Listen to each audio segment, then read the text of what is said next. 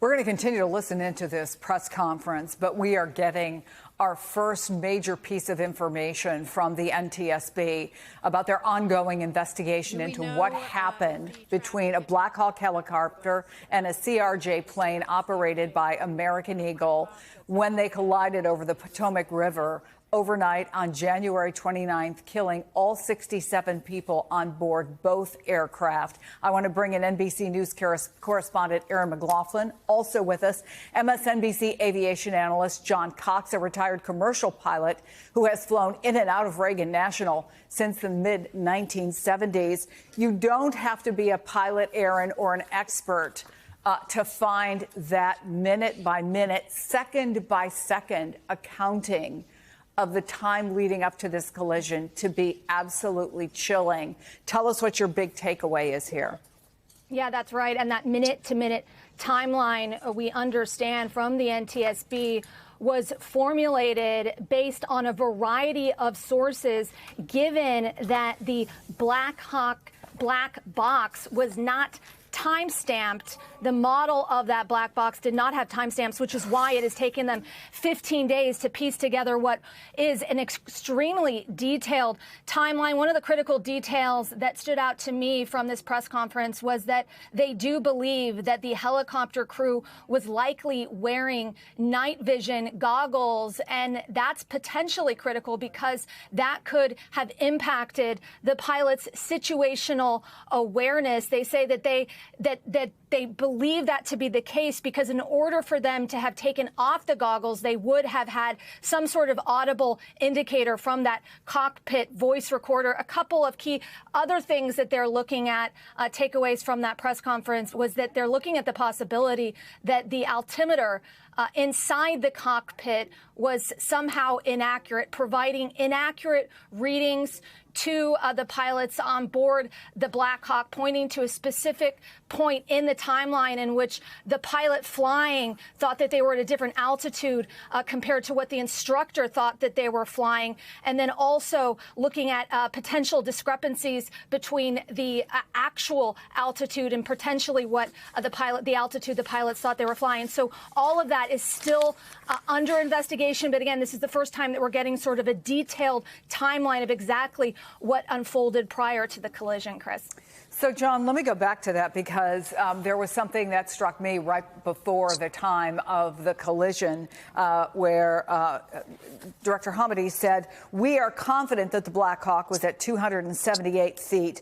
That does not mean that's what they were seeing. There is conflicting information in the data."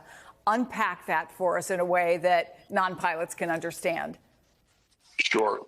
This means that the radar altimeter, which is derived by bouncing a radio beam down to the water and back, very accurate. That has determined that the helicopter's actual altitude was 278 feet above the water, computed by the helicopter. It's a slight difference between it and the CRJ using the same radio altimeter. Now, what pilots look at are pressure altimeters, barometric altimeters, and there's much more question here. So the actual altitude that the helicopter was at, 278 feet, may not have been exactly what the altitude that the crew was seeing on their altimeters. Of also significance in here is that there apparently is a difference between the two altimeters, one that the instructor was seeing and one that the pilot flying was seeing. They're going to have to resolve that. And the question that I have is, if there's a discrepancy, you should be using the one that is the most conservative. So was there a note, a conversation about the altimeter difference? The chairman didn't say that and indicated that there was not. So there are questions in here about what actually the pilots saw and what the actual altitude of the helicopter was. And then the other discrepancy, or the unknown, I guess, is exactly what they heard. And there are 2 points at which we learned that there is some concern about what the Black Hawk pilots may have known.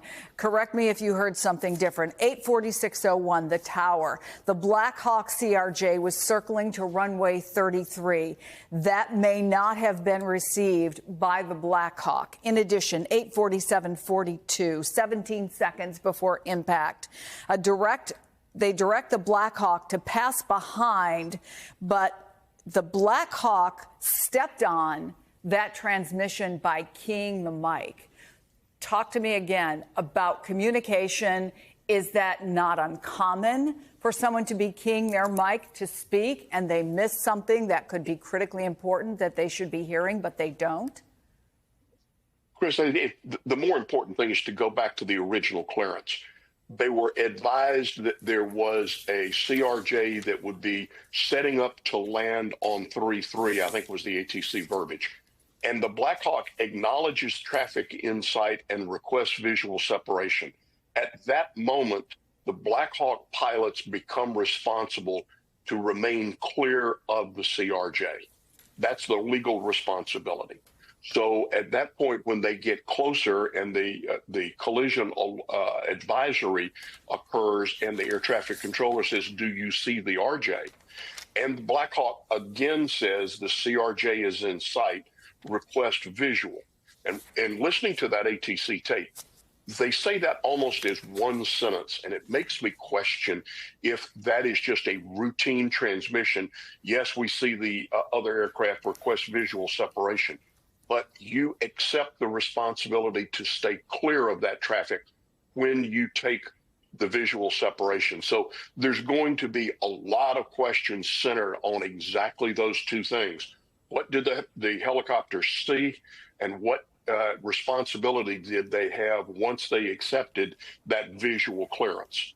And we're out of time, but I would have to ask you this. Is that where the questions about night vision goggles come in?